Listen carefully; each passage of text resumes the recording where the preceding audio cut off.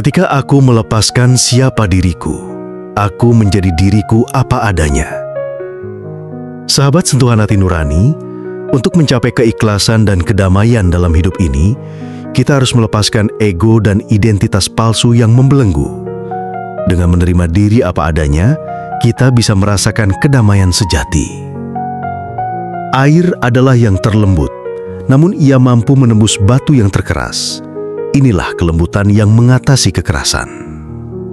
Kesabaran dan kelembutan itu seperti air, memiliki kekuatan untuk mengatasi kesulitan yang paling berat dalam perjalanan hidup. Dengan bersikap lembut dan sabar, kita bisa melewati penderitaan di dalam kehidupan tanpa kita harus berusaha keras melawan, yang bahkan sampai bisa menghancurkan diri sendiri. Pernahkah kamu merasa sudah berjuang sekuat mungkin, tapi hidup tetap mengguncangmu tanpa ampun? Kamu sudah mencoba sabar, tapi kesabaranmu diuji justru oleh orang-orang yang kamu cintai. Kamu sudah mencoba ikhlas, tapi hatimu masih diam-diam berharap semuanya kembali seperti dulu. Kenapa? Kenapa hidup seperti tidak adil? Kenapa justru setelah kita memberi yang terbaik, kita malah ditinggalkan? Pertanyaan itu mungkin tidak akan ada jawabannya di dunia ini kalau kamu hanya mencarinya lewat logika atau harapan kosong. Lao Tse, yang merupakan seorang filsuf tua dari timur yang hidup lebih dari 2500 tahun lalu, meninggalkan warisan yang bisa menjadi pelita saat hatimu tersesat. Ia pernah berkata, "Life is a series of natural and spontaneous changes. Don't resist them. That only creates sorrow." Yang artinya ini, hidup adalah rangkaian perubahan alami yang spontan. Jangan lawan mereka, karena itu hanya akan menciptakan penderitaan.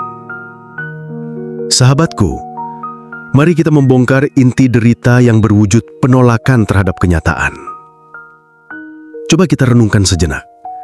Kadang hidup terasa begitu berat, bukan? Seakan-akan ada beban di dada yang tidak bisa dijelaskan dengan kata-kata.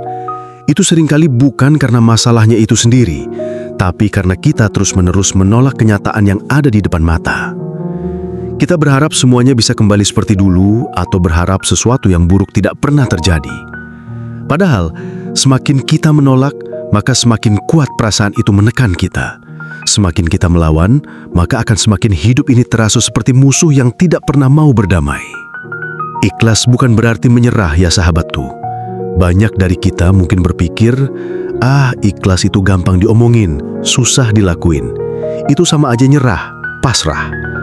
Padahal ikhlas itu adalah sebuah keberanian dan kejujuran terdalam antara kita dengan diri kita sendiri, juga dengan Tuhan. Ikhlas bukan berarti kita harus baik-baik saja dan tersenyum seolah tidak ada apa-apa. Justru, ikhlas itu ketika kita berani mengakui, ya, aku sedang tidak baik-baik saja. Aku sedih, aku kecewa, aku sakit. Tapi, di saat yang sama, kita memilih untuk tidak melawan kenyataan pahit itu. Kita menerima bahwa ini adalah bagian dari perjalanan yang harus kita lalui. Sebab, yang paling sering bikin hati kita lelah bukanlah kenyataannya itu sendiri, melainkan upaya keras kita untuk terus mengubah sesuatu yang memang sudah tidak bisa diubah. Inilah analogi reflektif tentang pelukan dingin yang kita harapkan menghangat. Bayangkan sahabatku, saat ini kamu sedang memeluk sebuah batu besar yang dingin. Kamu menangis di depannya, berharap batu itu bisa kembali hangat seperti pelukan orang yang kamu cintai. Kamu terus memeluknya, berharap dengan tangisanmu ia akan berubah. Padahal, batu tetaplah batu. Ia tidak akan pernah berubah, tidak peduli seberapa keras kamu berharap. Itulah yang terjadi ketika kita menolak kenyataan. Semakin kita berharap kenyataan itu berubah sesuai keinginan kita, semakin dalam luka yang kita ciptakan sendiri.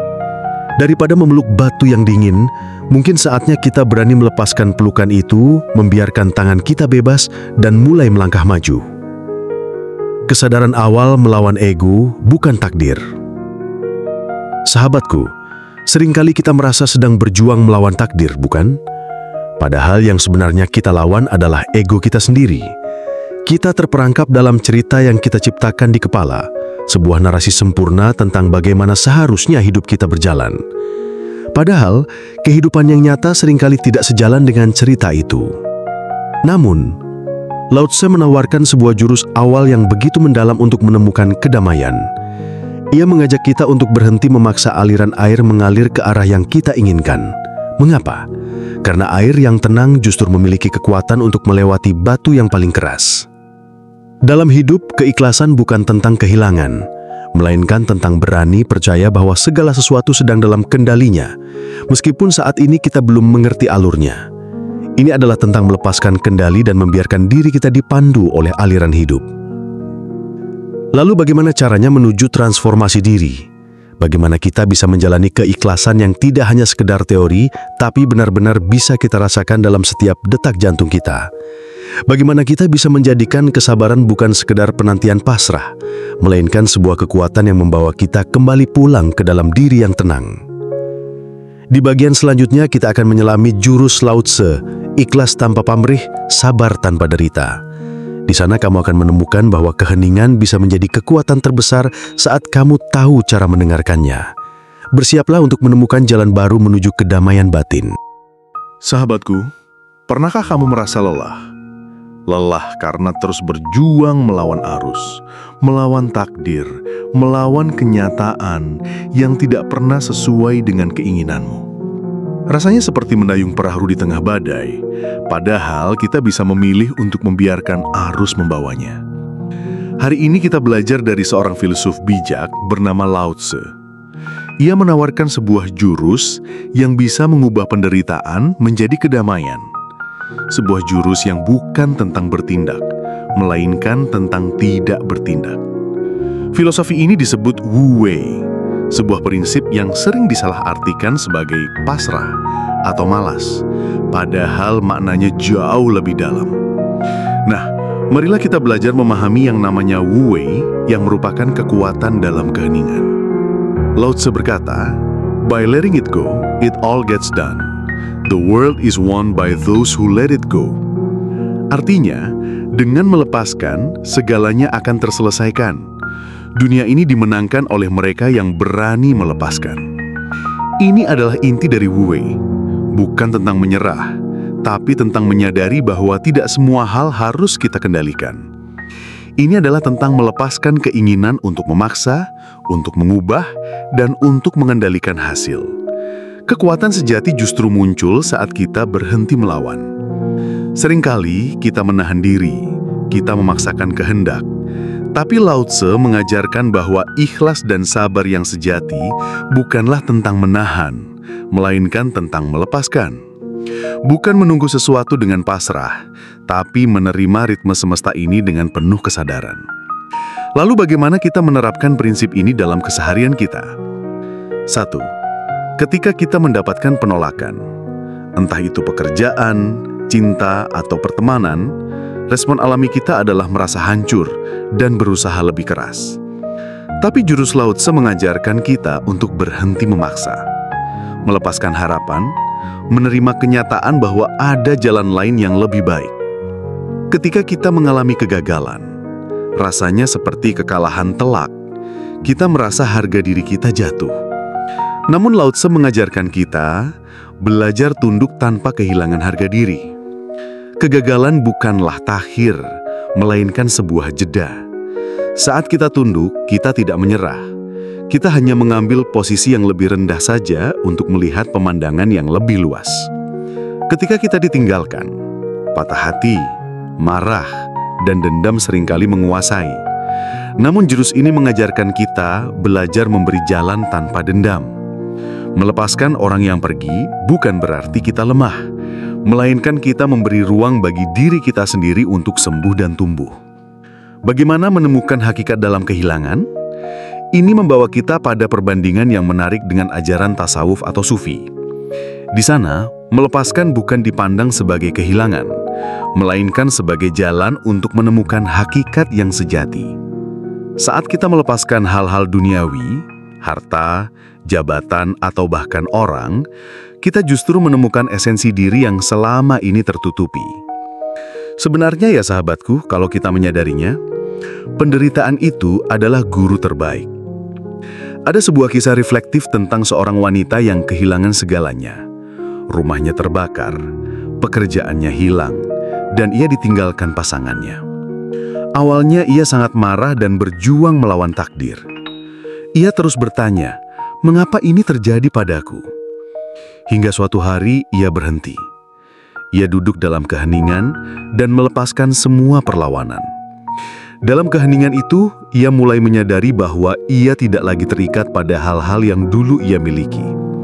Penderitaannya telah mengajarkannya satu hal penting, yaitu bahwa kebahagiaan sejati tidak bergantung pada apa yang ia miliki atau siapa yang bersamanya. Ia menemukan kedamaian saat berhenti melawan. Ia menyadari bahwa semua penderitaannya adalah guru terbaik yang membimbingnya pulang ke dirinya sendiri. Sahabatku, perjalanan spiritual ini membawa kita dari melepaskan kenyataan di luar menuju kesadaran yang paling dalam bahwa kehadiran Tuhan tidak hanya ada di luar sana, melainkan juga bersemayam di dalam dirimu. Keikhlasan tanpa pamrih dan kesabaran tanpa derita adalah saat kita memahami bahwa kita tidak perlu berteriak atau berjuang mati-matian untuk didengar. Cukup dengan diam dan mendengar. Karena saat kita tahu caranya mendengar, keheningan bisa menjadi senjata paling kuat untuk menemukan kedamaian. Lalu setelah semua dilepas, setelah sabar dan ikhlas dipelajari, kemana kita melangkah? Apa yang akan tersisa ketika dunia sudah tidak memberi apa-apa lagi? Disitulah kita akan masuk ke bagian terakhir dalam video ini, yaitu mengenal diri dan Tuhan. Damai yang tidak lagi bergantung pada keadaan. Karena mungkin saat kamu berhenti mencari di luar, yang kamu cari selama ini sudah berada diam di dalam dirimu. Sahabatku, setelah kita belajar memahami apa itu arti melepaskan, maka sekarang marilah kita masuk lebih dalam. Setelah kita berani menari dengan irama semesta, ada satu pertanyaan mendasar yang muncul dari dalam hati, yaitu, siapa aku sebenarnya? Tanpa semua hal yang kupaksakan. Siapa aku tanpa semua yang kukejar siang dan malam? Ini adalah pertanyaan eksistensial yang membawa kita pada pintu kebijaksanaan sejati. Seringkali kita merasa kosong setelah mencapai apa yang kita inginkan, atau kita merasa hancur saat kehilangan apa yang kita genggam. Itu karena kita lupa bahwa esensi diri kita tidak pernah tergantung pada hal-hal tersebut. Inilah yang harus kita ingat dan kita catat. Kita aslinya tidak pernah tergantung pada hal-hal di atas tadi. Kita juga tidak pernah bergantung pada dualitas apapun di dunia ini. Lao Tse berkata, mengenal orang lain adalah kecerdasan. Mengenal diri sendiri adalah kebijaksanaan sejati. Menguasai orang lain adalah kekuatan. Menguasai diri sendiri adalah kekuatan sejati. Ini adalah pesan yang sangat kuat, sahabatku.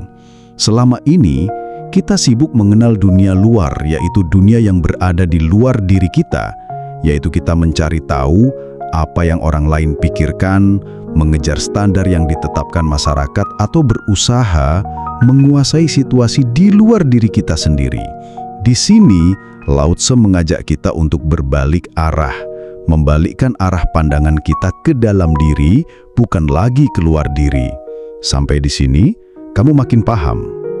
Jika kamu merasa bingung dengan arti membawa ke dalam diri, maka kamu mungkin kenal dengan makna introspeksi diri dan membaca diri.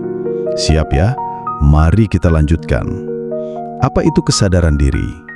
Kesadaran diri adalah jembatan menuju kesadaran ilahi.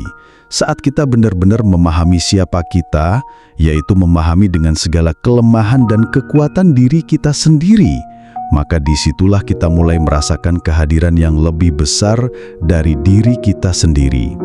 Disitulah kita menyadari bahwa setiap masalah, setiap penderitaan, setiap rasa sakit sebenarnya bukanlah musuh yang harus dihancurkan.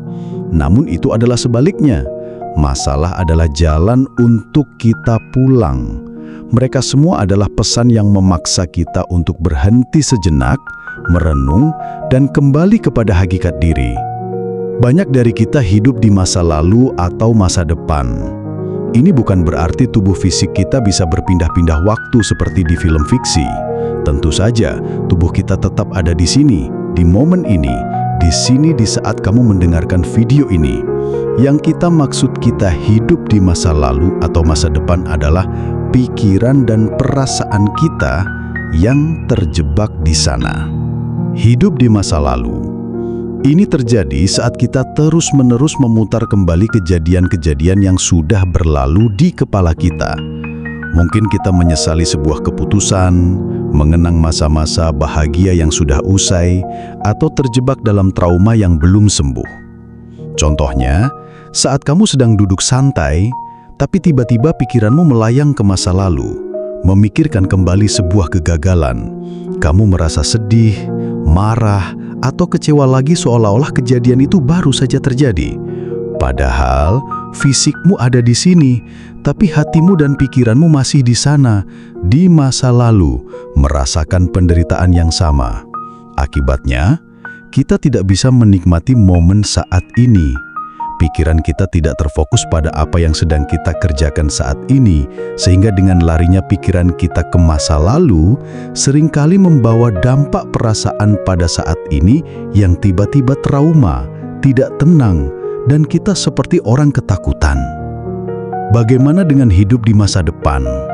Sebaliknya, hidup di masa depan adalah ketika kita terlalu fokus pada hal-hal yang belum terjadi. Kita khawatir berlebihan tentang pekerjaan besok, cemas akan masa depan anak-anak, atau terlalu ambisius mengejar target-target yang membuat kita lupa menikmati prosesnya. Contohnya, saat kamu sedang makan bersama keluarga, tapi pikiranmu sudah melayang memikirkan laporan yang harus selesai lusa, memikirkan masih ada pekerjaan lain yang harus diselesaikan, memikirkan utang, memikirkan sesuatu apa saja yang pastinya itu belum terjadi. Maka di sini yang terjadi dengan diri kamu adalah kamu tidak benar-benar merasakan nikmatnya makanan atau kehangatan percakapanmu dengan keluarga. Fisikmu ada di sini, di tengah keluarga, tapi hatimu dan pikiranmu sudah berlari duluan ke masa depan. Akibatnya, kita merasa tegang dan gelisah, padahal masalah yang kita khawatirkan belum tentu terjadi. Intinya, hidup di masa kini berarti menyelaraskan pikiran, perasaan, dan tubuh kita di satu titik, yaitu saat ini. Ini adalah tentang kesadaran penuh akan apa yang sedang terjadi tanpa terbebani oleh apa yang sudah lewat atau apa yang akan datang. Kita menyesali yang sudah terjadi atau mengkhawatirkan yang belum terjadi. Lao Tse dengan ajarannya mengingatkan kita tentang pentingnya hidup di momen saat ini. Ini adalah praktik kesadaran atau yang sering kita sebut mindfulness. Saat kita benar-benar hadir dalam setiap tarikan nafas, saat kita menyentuh air dan merasakannya, saat kita mencicipi makanan dan benar-benar menikmatinya, di momen-momen itulah kita paling dekat dengan esensi kehidupan. Di momen itulah kita paling dekat dengan Tuhan. Bukan dalam kemewahan atau pencapaian besar, melainkan dalam ketenangan yang sederhana. Penderitaanmu yang terasa begitu berat hari ini, mungkin itu adalah cara semesta membawamu kembali ke momen kini, memaksa kamu untuk berhenti lari dan menghadapi dirimu sendiri. Sahabatku, pada akhirnya, ikhlas bukanlah sebuah tujuan akhir, melainkan sebuah pintu gerbang untuk masuk. Ini adalah pintu yang kita buka untuk menyambut kedamaian sejati. Sabar bukanlah beban, tapi seni menari bersama waktu, seni mengikuti setiap irama kehidupan tanpa harus menghilangkan diri. Dan menerima kenyataan bukanlah tanda kekalahan, melainkan kembalinya kita pada hakikat penciptaan. Semua yang kita bahas hari ini mungkin tidak akan langsung mengubah hidupmu. Mungkin besok beban itu akan terasa lagi, tapi percayalah, ini adalah permulaan. Tolong simpan video ini ya, dengarkan ulang saat dunia terasa terlalu berat. Karena mungkin saat kamu kembali mendengarnya nanti, hatimu sudah lebih tenang dan jiwamu sudah lebih mengerti. Kamu akan menyadari bahwa kedamaian yang kamu cari selama ini tidak pernah jauh. Ia selalu ada di dalam dirimu sendiri. Sampai di sini dulu video sentuhan hati nurani. silakan simak lagi di waktu luangmu yang tenang agar kamu bisa lebih memahaminya. Karena terkadang, sekali dengar itu belum bisa sepenuhnya diresapi, apalagi memaknai. Cobalah dengarkan lagi pelan-pelan sebelum tidur atau saat hening di tengah malam hari. Semoga video ini bermanfaat ya. Sampai jumpa di video berikutnya. Salam channel Sentuhan Hati Nurani.